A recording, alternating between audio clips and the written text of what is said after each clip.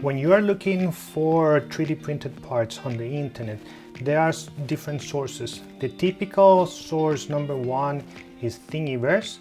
You have it here, and it's where everyone goes, and it's the most popular, everyone knows about it.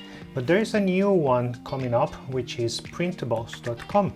In this one, it's not only that it's newer and it's faster and it's easier to search, there is a new cool feature that I'm loving it. Like if you see, I go here to my profile where I have most of my models, and if I choose any of them, let's just take this one.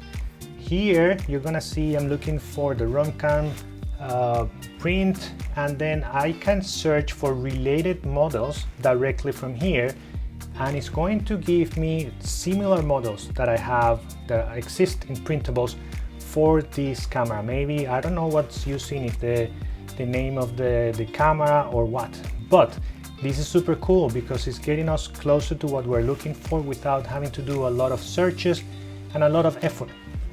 So if you are designing 3D printed models, please upload them to Printables. It's super good.